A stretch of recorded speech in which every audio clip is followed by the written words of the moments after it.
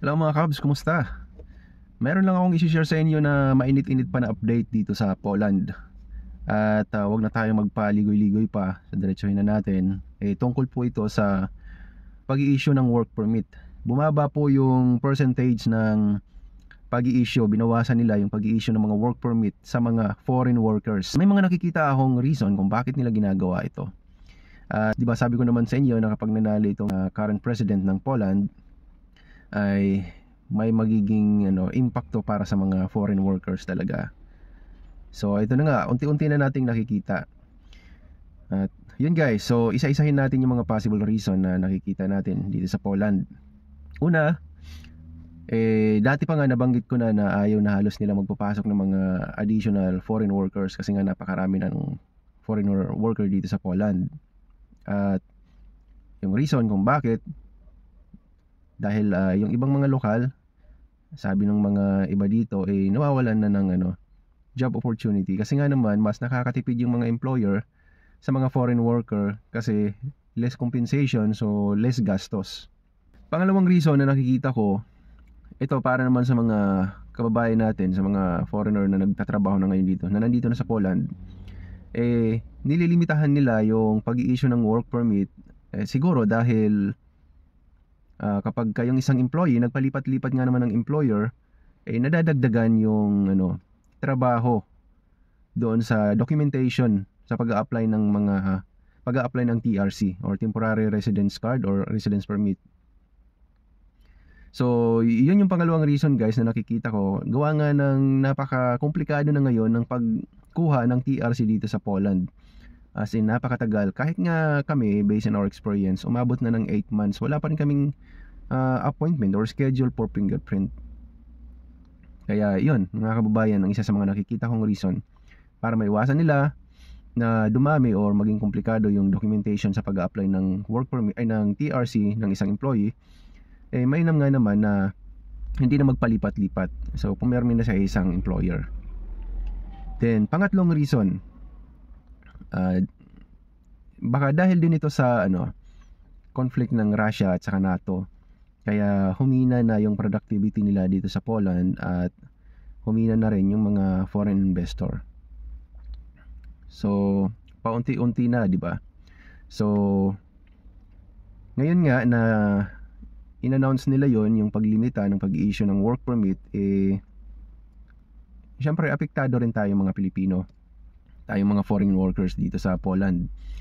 Dahil nga kapag syempre naghahanap ka ng mas magandang opportunity or something medyo malaki ang kitaan at hindi ka satisfied sa trabaho mo or hindi ka masaya sa trabaho mo, nahihirapan ka, medyo mahirap na rin lumipat, magpalipat-lipat ng ibang company. Plus yung sistema nga ngayon dito na naghihigpit sila sa mga foreigner at makikita mo sa mga daan na napakaraming border guards dahil nga sa sinasabi nilang para sa seguridad ng mga mamamayan dito sa Poland dahil sa tension na nangyayari sa Russia versus NATO.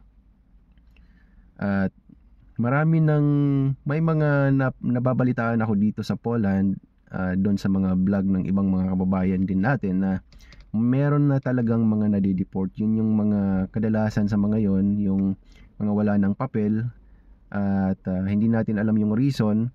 Baka sila yung mga nanggaling sa ibang Europe country like sa Hungary, sa Croatia before, tapos tumawid dito sa Poland at naabutan na ng kahigpitan dito sa Poland. Kaya ayun, naging undocumented na sila dito, hindi na pinayagan makakuha ng temporary residence permit. At yun, na-check ng border guard at na-deport.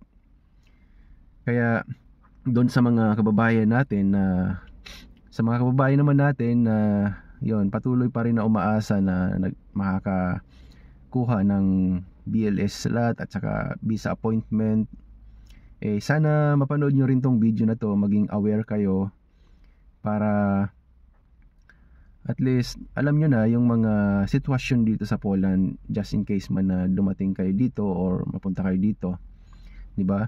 At siya nga pala, no, na nagawan ko nga pala ng video nitong nakaraan lang, yung about sa EES system nila dito, yung bagong sistema dito sa Schengen, sa Europe, dito sa Schengen countries, na mahigpit na rin sila sa yung mga nagta-travel ng mga foreigners within Schengen countries.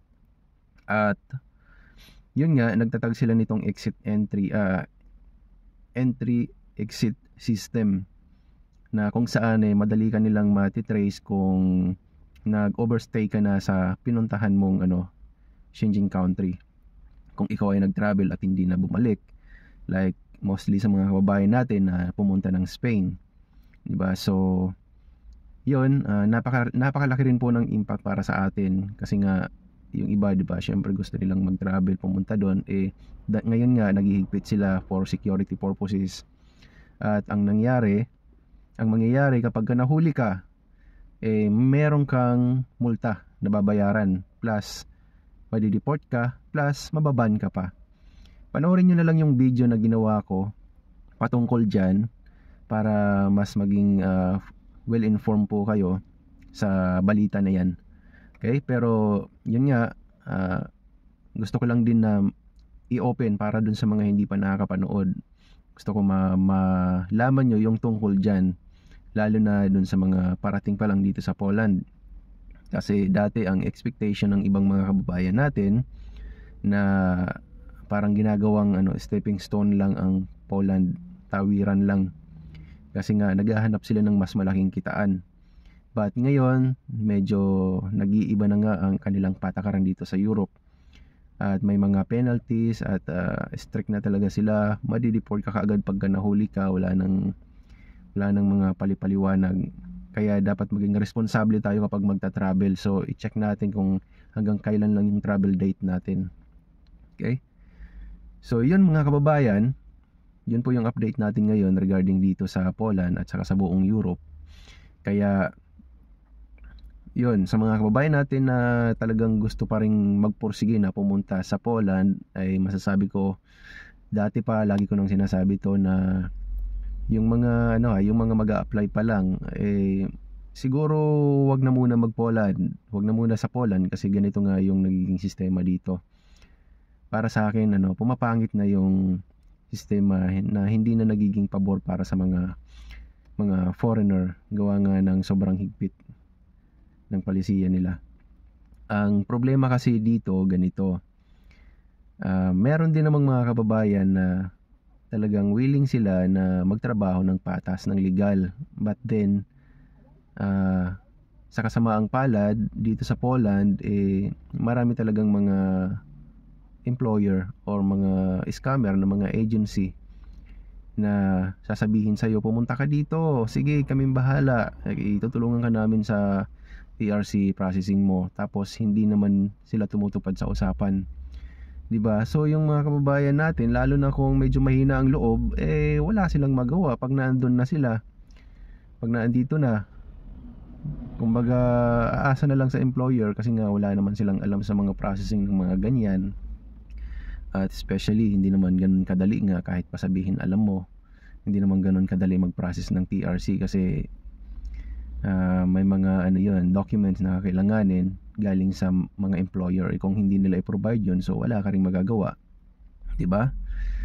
At yun, sinasamantala ng mga employer, which is sa parting yun, medyo mahina ang protection natin sa mga ganyan. Hindi tayo makalapit agad sa mga sumbungan, at mahirap dahil nga sa communication din. Pero ganun pa man, lahat ng yan responsibilidad pa rin natin bilang isang foreign worker. Kailangan natin matutunan yung lingwahe nila, kasi tayo yung dumayo dito, diba? So ganun mga kababayan, yun po yung sitwasyon. Kaya ang mapapayo ko dun sa mga gusto talagang makapunta dito sa Europe, mas maigi po ngayon pumunta na lang kayo ng Hungary at saka Croatia at Czech Republic. Kasi yung mga bansang yun, Finland sa Finland, kasi yung mga bansang yun may mga formal government to government agreement. May mga talaga sila, nakahain na may mga napagkasunduan talaga sila na protection para sa mga Filipino workers or sa ating mga kababayan. para mas safe po at saka talagang makaipon tayo at panatag tayo sa ating pag-abroad. So yun mga kababayan, sana at least nakatulong po sa inyo itong video na to. At doon sa mga kababayan natin na nadi-disappoint sa application nila papuntang Poland, naintindihan ko po kayo. Huwag po kayong magagalit sa mga sinasabi ko ngayon kasi gusto ko lang maging transparent sa inyo. Ayaw ko rin naman po na i-hype kayo tulad ng ibang mga vlogger na para lang dumami yung views, mga hype, diba? O di kaya for personal purposes, like nagre-recruit siya kaya ganun para magkapera.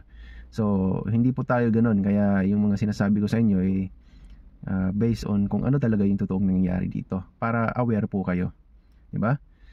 So yun lang mga kababayan, hanggang sa susunod na video po. Maraming salamat sa panonood.